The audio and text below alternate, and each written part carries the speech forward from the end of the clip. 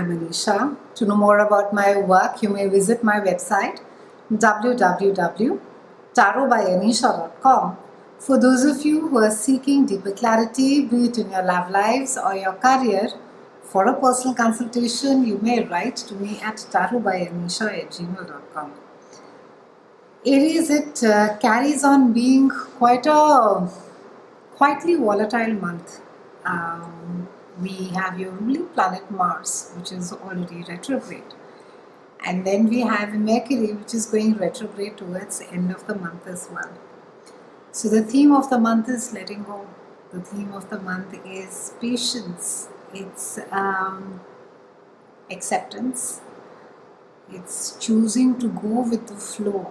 So there are two ways. I mean, either you really fight and you say, no, I'm going to be standing up against the odds and I'm going to be getting through this. But in certain times, no matter how much or how hard we try, the wisest option is to go with the flow. So go along with the tide rather than trying to swim against it. Accept what is there to accept and keep the efforts on in any case. Let me break down the month for you. On the 7th, we have Venus, and she's moving into your house of relationships, and Venus loves this house. It's about partnerships, it's about relationships, both business as well as professional. It's a great time, Aries, to be forming a collaboration, getting into a partnership with someone who thinks like you think, who has the same ideals, same goals, maybe wants to go and get ahead in life the same place that you want to. This is the house of marriage, it's a house of having harmonious relationships. It's a brilliant time, Aries, to be spending time with your loved one. It's a great time to be, even if you can't just go for a holiday, it's a great time to be spending some quality time. Catch that movie alone, have that candlelight dinner. Just maybe go for a walk around the place where you live. Just try and find those quite lovely moments with your partner around this time. On the 11th, we have a solar eclipse new moon, which is there in your house of love, romance, creativity and children, and it is joining Sun and Mercury over here, and this is a fantastic time. First of all, it's a house of love, and with the solar eclipse over here, it speaks about opportunities of doing something that you really love, Aries. Maybe it's a great time to be exploring, looking at those passions, those hobbies, some things that you really loved and you enjoy doing, and somehow, they got or took a back seat, and while life just kept moving along. It's also a wonderful time to be spending time with your children. It's also a time to be letting the inner child out. Great time to be starting a new business venture as well. If you're looking at, or if you have recently got a kind of an investment, it's a great time to be starting your passion project and turning it into a full-time career for yourself.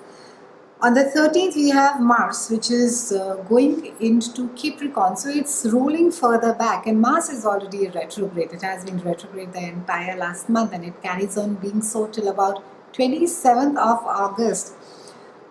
So it's while Mars brings about a lot of aggression, enthusiasm, it also brings about a lot of energy, a lot of proactiveness it brings about it. You tend to feel energized. It's just a sense of, yes, I can do it. Into your house of career, and it's the house of your reputation. It is how the world perceives you. It is how you want the world to perceive you.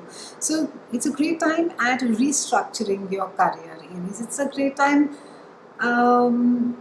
And every time that I say it's a great time now, it doesn't mean that rest of the times you shouldn't be doing it. But when you have a certain planet which is retrograde, or which is sort of rolling back into its place, and out here it's further, Mars is further going back into Capricorn, it's asking you to redo some bit of it, wherein that you didn't have the opportunity earlier.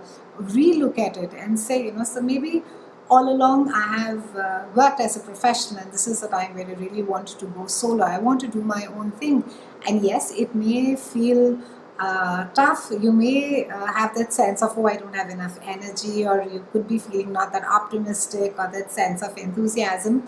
But use this time to literally sort of uh, sift the wheat from the chaff, get into the nitty gritties, get into the details, see what you really want work to give you, or what it is that you want out of work, what is it that you're really seeking that your work should be giving you.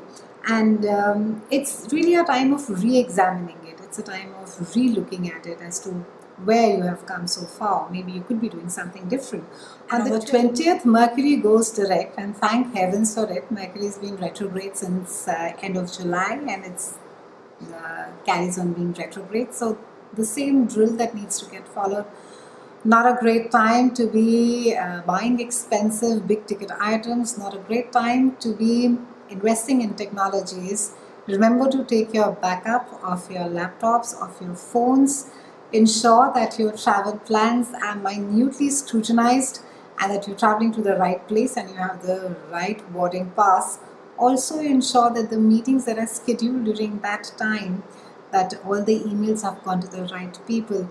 Ideally, it's not a great time to be negotiating with clients when Mercury goes retrograde. It's also not a great time to be getting into some really heavy duty long-term planning, because you will be revisiting it, you will be redoing it again. So it's best if you sort of just stay away from the in-depth planning, and you just sort of take that into charge post the Mercury goes direct.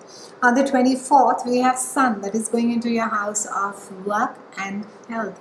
So a great time where the Sun is really shining a light on your day-to-day chores, your health. It's asking you how it is that you're spending your time, how it is, or how productive are you, or how it is that you choose to take care of yourself, of your health. I mean, are you very careless about it, or are you a matter of fact about it? It's a time really to be maybe, start going for that elusive walk that you've been thinking forever. It's maybe a time to be joining that exciting group class that you sort of dismiss and say, I don't think so, I need it. It's a time to be, and this is something that I strongly believe in, that stagnation has its own energy, and I think movement, the physical movement in itself tends to break that. And often with things as simple as just working out can actually clear your head, or even help you work better in your professional lives. On the 26th, we have a full moon, and it is there in your house of behind the scenes. This is the house of spirituality. It's a place where we go and recharge our emotional batteries. And this is also the house of scandals, Aries. And we have already Neptune that is there. And with the full moon, it's something that is coming to a closure. Maybe it could be that some of you have idolized a certain project, a thought, and you've just looked at it through rose tinted glasses, very heavily tinted glasses, and now is the time that it's really coming to a closure. And Neptune quite likes being in this house. It's very gentle energy. So while you would seek your own company, it's a great time to introspect. It's a great time to be doing that sifting within you. What is it that I want? What is the higher purpose of my life? And often, I find people laugh and say, oh, haha, there is really no great purpose besides paying bills and moving on in life. But I think if you were just to pause and connect the work that you're doing, the happiness or the angst, or I would say even the pain, or in some cases it could be absolute joy that your work is giving you, and look at it at a soul level as to what is it that does to you from inside. How do you feel about it? How is it that it makes you feel? I think these are the time. Use this time to really introspect. Use this time for yourself. It's really a me time. Recharge yourself. Feel, think, what is it that makes me happy? What is it that I want to do? And also, it's a great time to be serving others, be help to others. Just reach out and if possible, go out to orphanages, animal shelters, and do your bit. See as to how it is that you can. Often when we are in a space of misery, we feel that it's why should I be thinking about anybody else's misery? I can't be too bothered, and I need to be taking care of myself first. But the beautiful thing in this is that when you move the attention from yourself and when you start thinking about someone else who's also in pain, and when you reach out, somewhere your own grief, your own pain has a purpose, and it tends to sort of, that tight knot tends to get loosened. So try it. It's been a pleasure speaking with you, Aries. I'll see you again soon, and thank you so much for watching.